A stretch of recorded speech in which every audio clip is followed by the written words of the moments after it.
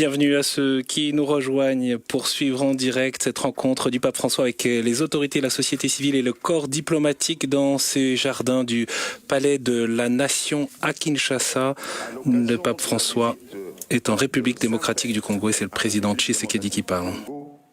Le programme prévoit en ces lieux, au Palais de la Nation, devant les autorités congolaises, la société civile et le corps diplomatique, le discours. Alors c'est pour l'instant donc l'annonce de ces discours dans ce palais de la Nation. Un millier de personnes ont été conviées à assister à cet échange de discours du président de la République et du pape François. C'est la première intervention officielle du Saint-Père depuis son arrivée à Kinshasa en milieu d'après-midi. Et on peut le noter puisque le pape François vient parler à l'ensemble du peuple congolais. Eh bien, les responsables politiques des différents partis sont réunis. Voilà le président Tshisekedi qui parle. Le peuple congolais et moi-même saluons l'honneur que vous faites à la République démocratique du Congo en acceptant d'y effectuer à partir de ce jour votre visite pastorale sous le thème « Tous réconciliés en Jésus-Christ ». Le peuple congolais vous accueille dans la joie et l'allégresse, comme il l'avait fait pour votre vénérable prédécesseur, le pape Jean-Paul II d'heureuse mémoire, lors de ses 2 visites pastorales en République démocratique du Congo, alors République du Zaïre.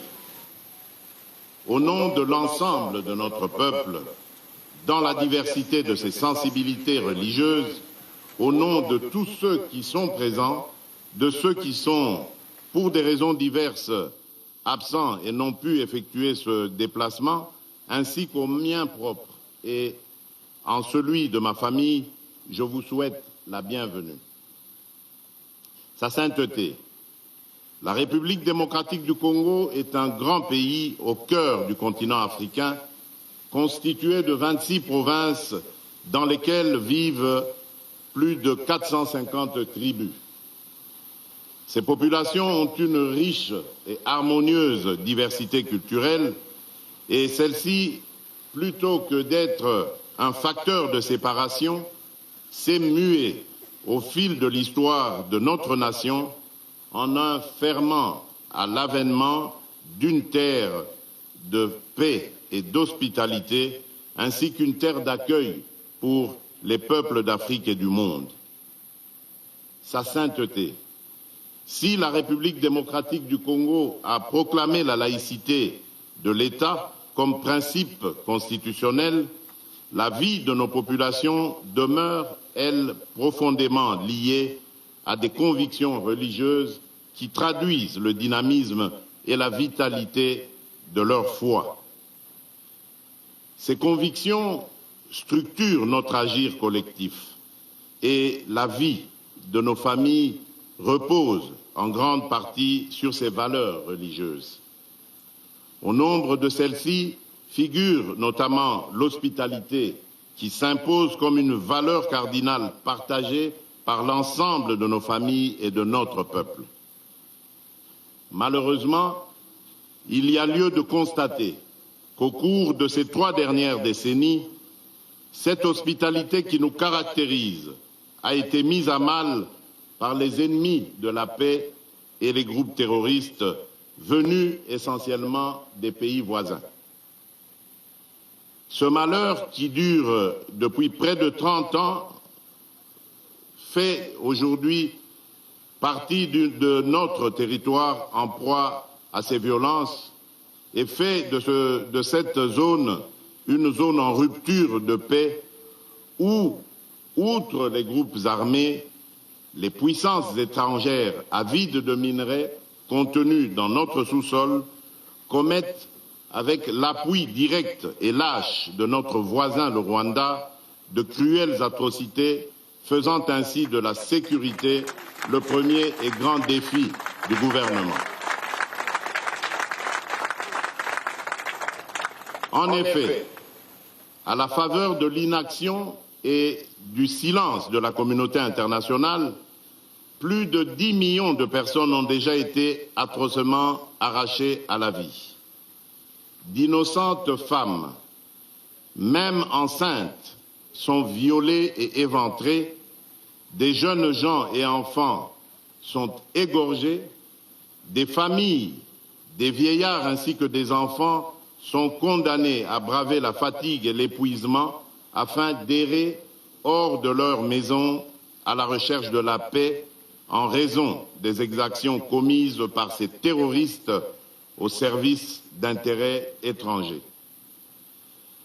Nous ne pouvions et nous ne pourrons demeurer cois face à une telle injustice et un tel silence complice de la communauté internationale. À cet égard, sachez que je n'ai pas manqué de désigner le responsable et d'interpeller la communauté internationale lors de ma dernière intervention à la tribune des Nations Unies, ceci au nom de toutes les Congolaises et de tous les Congolais. Soyez rassurés, en outre, sur le fait que la République démocratique du Congo assume et continuera d'assumer ses responsabilités, notamment celles consistant en la défense de l'intégrité de son territoire avec l'aide de son peuple. Car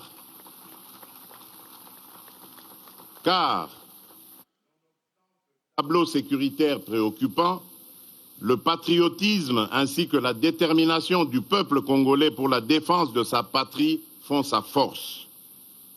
Sachez, sa sainteté, que le peuple congolais demeure et demeurera un peuple grand, un peuple uni et fort face à toute menace faite à l'intégrité de son territoire et à la survie de sa nation.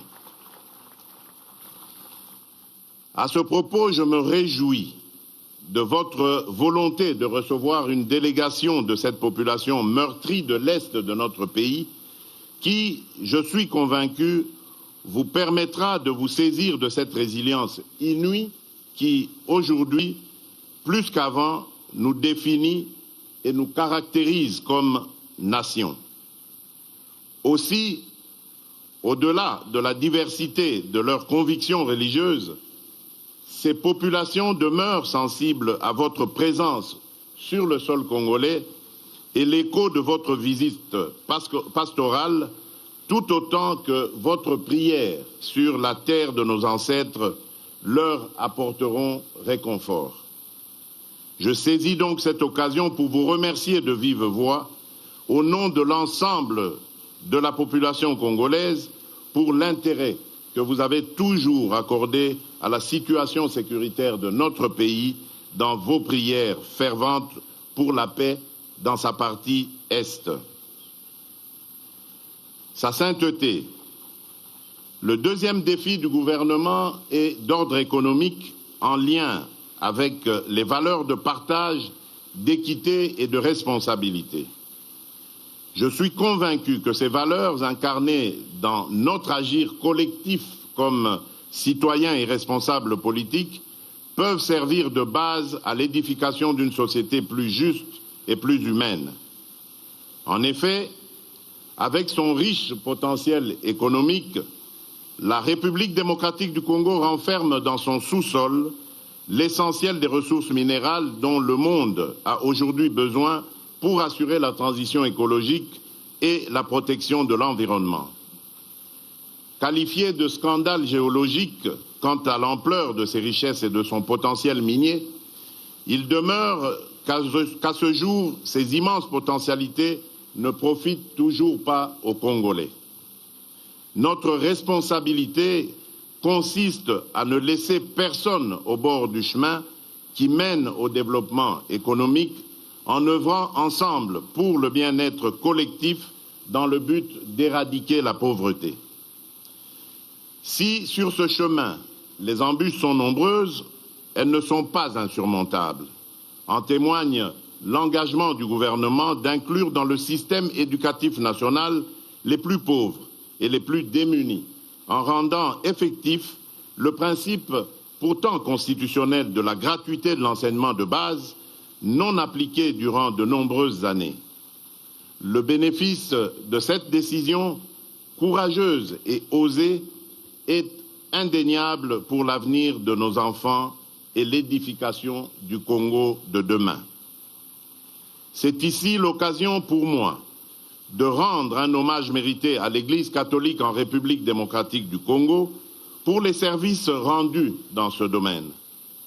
En effet, les différents gouvernements qui se sont succédés ont toujours entretenu et consolidé le partenariat avec l'Église, et en particulier l'Église catholique, pour assurer en amont l'éducation et la gestion des infrastructures éducatives et hospitalières en vue de satisfaire les besoins sociaux de base, en particulier en matière d'éducation et de santé. Cependant, et afin de pérenniser les efforts engagés, il s'est avéré nécessaire d'adapter les moyens économiques et financiers aux défis de l'évolution démographique et de la densité des populations. C'est dans cette optique que nous encourageons et exigeons des partenariats mutuellement avantageux dans l'exploitation de nos richesses, afin qu'ils concourent à l'accroissement des possibilités d'emploi ainsi qu'à l'amélioration des conditions de vie de nos populations, tout en œuvrant résolument à lutter contre la corruption et la fuite de capitaux, de sorte que ces ressources servent réellement l'intérêt de tous. Sa sainteté. Le troisième grand défi est celui de la protection de l'environnement. En effet, pour ce qui est de ce défi, le gouvernement de la République et moi-même partageons les valeurs défendues dans votre encyclique Laudato Si, publiée en 2015, sur l'un des principaux défis auxquels l'humanité est confrontée actuellement, à savoir la lutte contre le réchauffement climatique. Tout en me réjouissant de ce que la lutte contre les changements climatiques constitue votre cheval de bataille, la République démocratique du Congo et son gouvernement sont très sensibles à l'urgence et la responsabilité qui incombe à l'humanité dans la construction de l'avenir de la planète et la protection de notre maison commune. À l'intérieur du pays, la protection de l'environnement est une composante de notre responsabilité dans l'ouverture du pays à l'exploitation des ressources et énergies fossiles. C'est ainsi que tous les marchés agréés avec des partenaires désireux d'exploiter nos ressources naturelles ne peuvent être régulièrement conclus sans qu'une étude sérieuse et préalable d'impact environnemental du projet à exécuter soit réalisée. En outre, le gouvernement met un soin particulier à la protection de la biodiversité dans les parcs naturels disséminés sur son territoire où des espèces rares et d'importance pour l'équilibre de cette biodiversité souffrent encore de l'insécurité et où des animaux, y compris ceux en voie de disparition, sont victimes eux aussi de la barbarie des groupes armés. Tout récemment encore, nous avons lancé avec beaucoup de précautions des appels d'offres pour exploitation dans le strict respect des règles et principes de protection de l'environnement de quelques gisements pétroliers en faisant recours à de l'expertise avérée en ce domaine. Dans ce contexte de la récession économique consécutive à la crise post-Covid et au conflit armé en Ukraine, ce choix judicieux permettra sur le long terme à notre économie d'amortir durablement le choc lié à ces crises et de permettre à notre peuple de tirer enfin avantage des richesses de son sous-sol. En tout état de cause, les membres du gouvernement de la République et moi-même n'arrêtons pas de réitérer cet engagement tel que ce fut le cas au cours de la 26e conférence des parties à la Convention des Nations Unies sur le changement climatique, la COP26, où nous avons présenté la République démocratique du Congo à la face du monde comme pays solution à la crise climatique et la lutte contre les changements climatiques. En effet, notre pays dispose de 165 millions d'hectares de forêt, deuxième plus grande forêt tropicale du monde, une grande réserve de biodiversité, avec comme principal atout sa capacité d'absorption de carbone, la première au monde, capable d'absorber près de 1,2 milliard de tonnes de dioxyde de carbone par an. C'est pourquoi, pour mieux protéger nos forêts, nous avons toujours milité pour une justice climatique afin que les plus grands pollueurs qui sont à la base de la destruction de l'environnement versent des compensations aux gardiens de la planète que nous sommes. Ces compensations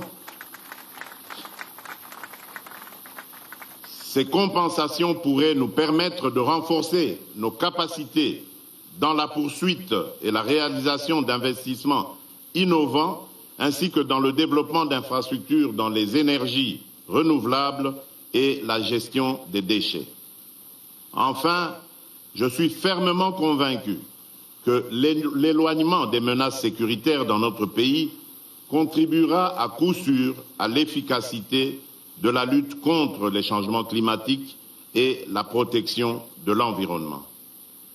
Sa sainteté, tels sont les principaux défis, parmi tant d'autres, de notre pays, qu'avec la détermination de son peuple et l'appui de ce dernier, nous ne manquerons pas de relever.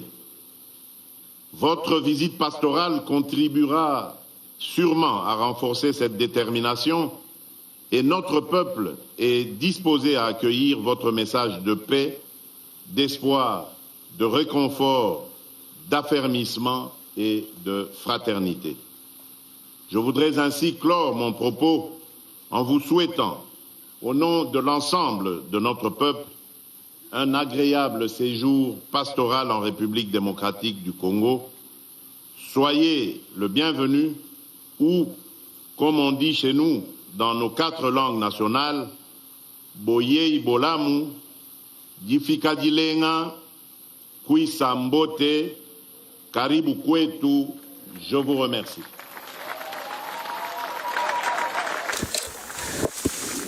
Voilà le discours donc du président Félix Tshisekedi dans ce jardin du Palais de la Nation. Et c'est maintenant le pape François qui va lui répondre dans ce jardin qui est bordé par le fleuve Congo, dans cette capitale de la République démocratique du Congo, Kinshasa, et en face de cette capitale Kinshasa, c'est l'autre Congo, le Congo Brazzaville, avec la capitale Brazzaville qui est sur l'autre rive. Monsieur le Président de la République, membres illustres du gouvernement et du corps diplomatique, autorités distinguées religieuses et civiles, éminents représentants de la société civile et du monde de la culture, Mesdames et Messieurs, je vous salue cordialement et je remercie Monsieur le Président pour les paroles qu'il m'a adressées. Je suis heureux d'être ici sur cette terre si belle, si vaste, si luxuriante, qui embrasse au nord la forêt équatoriale, au centre et vers le sud les hauts plateaux et les savanes arborées, à l'est les collines, les montagnes, les volcans, les lacs, à l'ouest d'autres grands étendues d'eau avec le fleuve Congo qui rejoint l'océan. Dans votre pays, qui est comme un continent, le grand continent africain, on a l'impression que la terre entière respire. Mais si la géographie de ce poumon vert est riche et variée, l'histoire n'a pas été aussi généreuse. Tourmentée par la guerre, la République démocratique du Congo continue de subir à l'intérieur de ses frontières des conflits et des migrations forcées et à souffrir de terribles formes d'exploitation indignes de l'homme et de la création. Ce pays immense et plein de vie, ce diaphragme de l'Afrique frappé par la violence, comme par un coup de poing de l'estomac, semble depuis longtemps avoir perdu son souffle. Monsieur le Président, vous avez parlé de génocide oublié qui souffre la République du Congo. Et tandis que vous, Congolais, vous luttez pour sauvegarder votre dignité, votre intégrité territoriale contre les méprisables tentatives de fragmentation du pays, je viens à vous, au nom de Jésus, comme un pèlerin de réconciliation et de paix. J'ai beaucoup désiré me trouver ici et je viens enfin vous apporter la proximité, l'affection et la consolation de toute l'Église. Et apprendre de votre exemple de patience, de courage et de lutte. Je voudrais vous parler à travers une image qui symbolise bien la beauté lumineuse de cette terre, celle du diamant. Chères femmes, chers hommes congolais, votre pays est vraiment un diamant de la création. Mais vous tous, êtes infiniment plus précieux que toutes les choses bonnes qui sortent de ce sol si fertile. Je suis ici pour vous étreindre et pour vous rappeler que vous avez une valeur inestimable, que l'Église et le pape ont confiance en vous, qu'ils croient en votre avenir, un avenir qui soit entre vos mains et dans lequel vous méritez de déverser vos dons d'intelligence, de sagacité, d'assiduité. Courage, frères et sœurs congolais.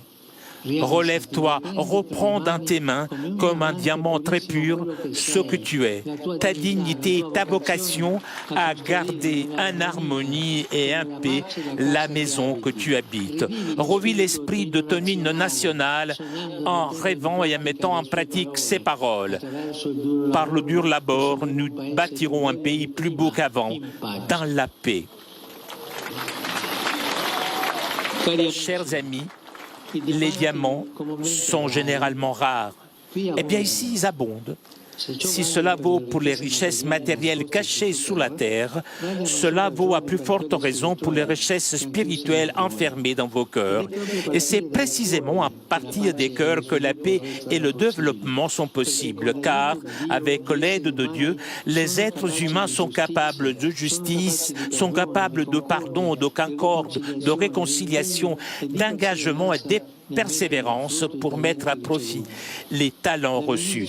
Dès le début de mon voyage, je souhaite donc lancer un appel, que chaque Congolais se sente appelé à jouer son rôle, que la violence et la haine n'aient plus de place dans le cœur et sur les lèvres de quiconque, car ce sont des sentiments inhumains, des sentiments antichrétiens qui paralysent le développement et ramènent en arrière vers un sombre passé.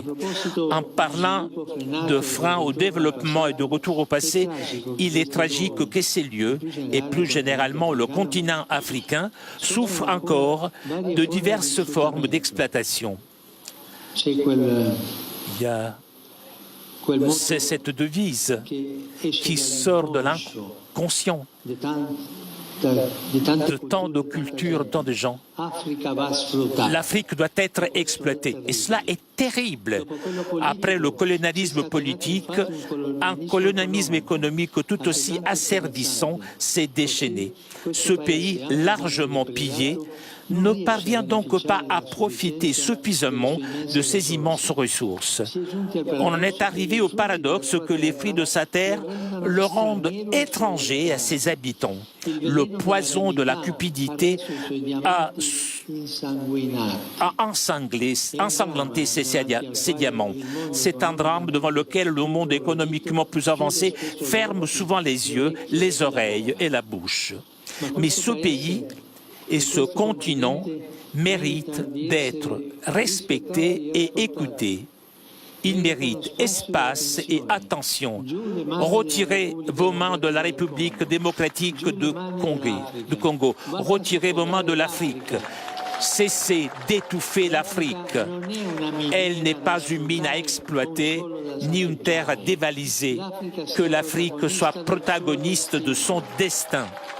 que le monde se souvienne des désastres commis au cours des siècles au détriment des populations locales et qu'il n'oublie pas ce pays ni ce continent. Que l'Afrique, sourire et espérance du monde, compte davantage, qu'on en parle davantage, qu'elle ait plus de poids et de représentation parmi les nations. Une diplomatie de l'homme pour l'homme, des peuples pour les peuples doit se déployer, selon lesquelles les opportunités de croissance et des personnes soient au centre, et non le contrôle des zones et des ressources, les visées d'expansion et l'augmentation des profits. En regardant ce peuple, on a l'impression que la communauté internationale s'est presque résignée à la violence qui le dévore. Nous ne pouvons pas nous habituer au sang qui coule dans ce pays depuis des décennies désormais, faisant des millions de morts à l'insu de beaucoup. Il faut que l'on sache ce qui se passe ici, que le processus de paix en cours, que j'encourage de toutes mes forces, soit soutenu dans les faits et que les engagements soient tenus. Grâce à Dieu, il y en a qui contribuent au bien de la population locale et à un réel développement à travers des projets efficaces, non pas des interventions de pure assistance, mais des plans visant à une croissance intégrale. J'exprime toute ma gratitude au pays et aux organisations qui fournissent des aides substantielles en ce sens, en contribuant à la lutte contre la pauvreté et les maladies, soutenant l'état de droit et promouvant le respect des droits humains. Je forme le vœu qu'ils puissent continuer à jouer pleinement et courageusement ce noble rôle. Revenons à l'image du diamant. Une fois travaillée, sa beauté provient également de sa forme, de ses nombreuses facettes harmonieusement disposées. Ce pays, riche de son pluralisme typique, a lui aussi un caractère polyédrique. C'est une richesse qui doit être conservée en évitant de glisser dans le tribalisme et dans la confrontation.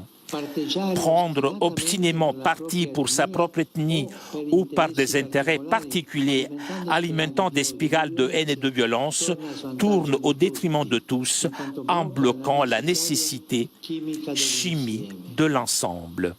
À propos de chimie, il est intéressant de noter que les diamants sont constitués de seuls atomes de carbone, lesquels, s'ils étaient reliés différemment, formerait du graphite.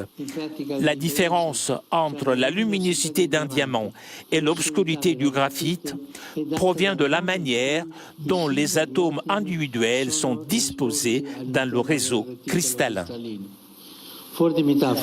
Cette métaphore exprime le fait que le problème n'est pas la nature des hommes, des groupes ethniques et sociaux, mais la manière dont on décide d'être ensemble, la volonté ou non de se rencontrer, de se réconcilier et de recommencer fait la différence entre l'obscurité du conflit et un avenir lumineux de paix et de prospérité. Chers amis, le Père Céleste veut que nous sachions nous accueillir comme des frères et sœurs d'une même famille et travailler à un avenir qui soit avec les autres et non contre les autres. Bintu Bantu. C'est ainsi que l'un de vos proverbes rappelle très bien que la vraie richesse, ce sont les personnes et les bonnes relations entre elles. En particulier, les religions, avec leur patrimoine de sagesse, sont appelées à y contribuer par un effort quotidien de renoncement à toute agressivité, prosélytisme et contrainte, qui sont des moyens indignes de la liberté humaine. Quand on en vient à imposer en allant à la chasse aux fidèles de manière aveugle, par la ruse ou par la force, on ravage la conscience d'autrui et on tourne le dos au vrai Dieu, parce que, ne l'oublions pas, Là où l'Esprit du Seigneur est présent, là est la liberté. Et là où il n'y a pas de liberté, il n'y a pas l'Esprit du Seigneur. Les membres de la société civile, dont certains sont ici présents, jouent également un rôle essentiel dans la construction d'un avenir de paix et de fraternité. Ils sont souvent démontrés qu'ils savent s'opposer à l'injustice et au délabrement au prix de grands sacrifices pour défendre les droits humains, la nécessité d'une éducation solide pour tous et une vie plus digne pour chacun.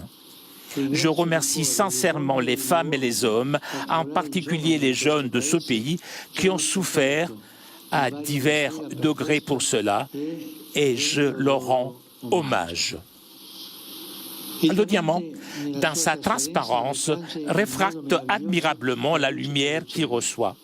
Beaucoup d'entre vous brillent par le rôle qu'ils jouent.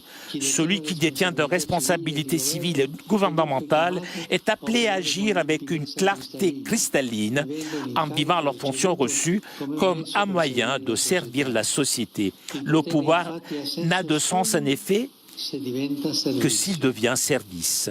Combien il est important d'agir dans cet esprit en fuyant l'autoritarisme, la recherche de gains faciles et la soif d'argent que l'apôtre Paul désigne comme la racine de tous les maux.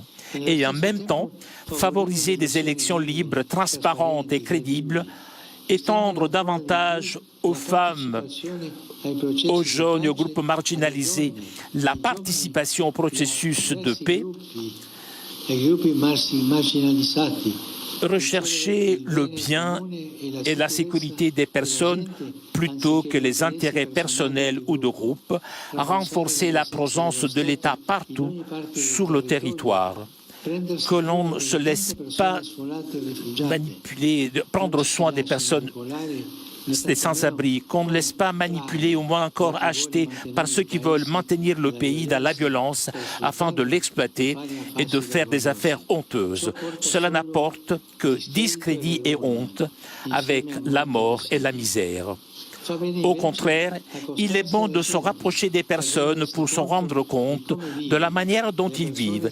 Elles font confiance lorsqu'elles sentent que les gouvernants sont réellement proches, non par calcul ou par exhibition, mais par service. Dans la société, ce sont souvent les ténèbres de l'injustice et de la corruption qui obscurcissent la lumière du bien. Il y a des siècles, Saint Augustin, né sur ces continents, se demandait déjà si la justice n'est pas respectée, que sont les États, sinon des bandes de voleurs. Dieu est du côté de ceux qui ont faim et soif de justice. Il ne faut pas se lasser de promouvoir dans tous les domaines le droit de l'équité en luttant contre l'impunité et la manipulation des lois et de l'information. Un diamant sort de la terre authentique mais brute, nécessitant un travail. De même, les diamants les plus précieux de la terre congolaise, que sont les enfants de cette nation, doivent pouvoir bénéficier de véritables opportunités éducatives qui leur permettent de mettre pleinement à profit leurs brillants talents. L'éducation est fondamentale. Elle est la voie de l'avenir, la route à emprunter pour atteindre la pleine liberté de ce pays comme du continent africain. Il est urgent d'y investir afin de préparer des sociétés qui seront fortes si elles sont bien instruites, autonomes, si elles sont pleinement conscientes de leur potentialité et capables de les développer avec responsabilité et persévérance. Mais beaucoup d'enfants ne vont pas à l'école. Combien, au lieu de recevoir une éducation digne de ce nom, sont exploités? Trop d'entre eux meurent soumis à des travaux asservissants dans les mines. Aucun effort doit être ménagé pour dénoncer le fléau du travail des enfants et d'y mettre fin. Combien de filles sont marginalisées et violées dans leur dignité? Les enfants, les jeunes filles, les jeunes sont le présent d'espérance, sont l'espérance. Ne permettons pas que celle-ci soit effacée. Cultivons-la avec passion. Le diamant, don de la terre, appelle à la sauvegarde de la création, à la protection de l'environnement. Située au cœur de l'Afrique, la République démocratique du Congo abrite l'un des plus grands poumons verts du monde qui doit être préservé. Comme pour la paix et pour le développement dans ce domaine également, une collaboration large et fructueuse est importante, permettant d'intervenir efficacement sans imposer des modèles extérieurs plus utiles à ceux qui aident qu'à ceux qui sont aidés. Nombreux sont ceux qui ont demandé à l'Afrique de s'engager et qui ont offert des aides afin de lutter contre le changement climatique et le coronavirus. C'est certainement des opportunités à saisir, mais il y a surtout besoin de modèles sanitaires et sociaux qui ne répondent pas seulement aux urgences du moment, mais contribuent à une croissance sociale effective, des structures solides et du personnel honnête et compétent pour surmonter les graves problèmes comme la faim et la malaria qui entravent les développements à sa naissance. Enfin, le diamant est le minéral d'origine naturelle qui présente la plus grande dureté. Sa résistance aux produits chimiques est très grande. La répétition continuelle des attaques violentes ainsi que les nombreuses situations de détresse pourraient affaiblir la résistance des Congolais, miner leur force d'âme, les conduire à se décourager et à s'enfermer dans la résignation. Mais au nom du Christ, qui est le Dieu de l'espérance, le Dieu de toutes les possibilités, qui donne toujours la force de recommencer, au nom de la dignité et de la valeur des diamants le plus précieux de cette terre splendide qui sont ses habitants, je voudrais inviter chacun à un nouveau départ social, courageux et inclusif. L'histoire lumineuse, mais blessée du pays l'exige. Les jeunes et les enfants en particulier l'implorent. Je suis avec vous et j'accompagne par la prière et la proximité tout effort pour un avenir pacifique, un avenir harmonieux et prospère de ce grand pays. Que Dieu bénisse la nation congolaise tout entière. Voilà le premier discours du pape François en République démocratique du Congo depuis ce palais de la Nation devant les représentants des autorités, de la société civile, également du corps diplomatique. Le pape François qui a repris les termes du président Tshisekedi qui a parlé de génocide oublié dont souffre la RDC, tandis que vous luttez pour sauvegarder votre dignité, votre intégrité territoriale contre les méprisables tentatives de fragmentation du pays. Le pape François qui a donc dénoncer le colonialisme économique et le poison de la cupidité dans ce pays largement pillé avec ces mots très forts. Retirez vos mains de la République démocratique du Congo, retirez vos mains de l'Afrique, cessez d'étouffer. L'Afrique, elle n'est pas une mine à exploiter ni une terre à dévaliser. C'est enfin une invitation aux responsables politiques. Le pouvoir n'a de sens que s'il devient service. Et le pape François a prêté des mots très directs de saint Augustin. Si la justice n'est pas respectée, que sont les États sinon une bande de voleurs? François qui a invité à favoriser des élections libres, transparentes et crédibles. Et c'est aussi un appel à la responsabilité des Congolais à qui il revient le changement dans le pays avec une opposition très nette du pape François au tribalisme qui pousse à prendre parti obstinément pour sa propre ethnie et ou pour des intérêts plus particuliers qui alimentent la haine et la violence. Le pape François qui a pris soin aussi de dénoncer les conditions de travail des enfants, le fléau du travail des enfants et appelé à y mettre fin. Voilà, ce premier long discours et très engagé du pape François que je vous invite à retrouver à la fois sur notre site ktotv.com. Vous pouvez également revoir cette vidéo, le pape François et le président Tshisekedi qui quittent donc ce jardin du palais de la Nation devant ses invités. Le pape François va maintenant rejoindre la nonciature apostolique qui est à quelques centaines de mètres dans ce quartier résidentiel où sont installées de nombreuses institutions et représentations diplomatiques. C'est là que le pape François va résider durant son séjour à Kinshasa. Il s'y déroulera demain, mercredi 1er février, plusieurs rencontres. À 16h30, la rencontre avec des personnes victimes venues de l'Est du pays.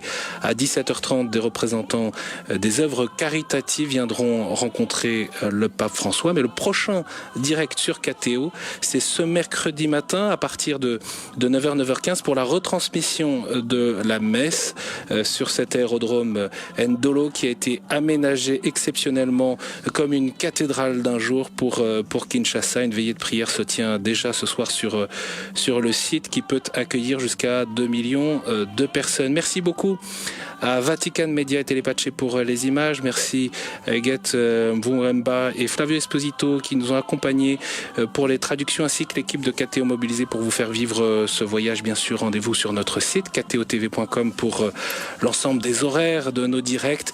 Et nous avons une pensée particulière pour tous ceux qui nous suivent dans la région. De l'autre côté du fleuve, la République du Congo, le Congo-Brazzaville, mais aussi bien sûr dans l'ensemble de ce grand pays qui est la République démocratique du Congo. Nous avons en tête tous ces centaines de milliers d'habitants de Kinshasa qui ont accueilli le pape François lors de sa venue depuis l'aéroport Njili jusqu'à ce palais de la Nation. Nous allons vivre ensemble ce voyage apostolique du Saint-Père, le 40e voyage donc qui se déroule en République démocratique du Congo, puis ensuite au Soudan du Sud. À très bientôt et à demain matin pour la suite de ce voyage que nous suivons donc pas à pas en direct.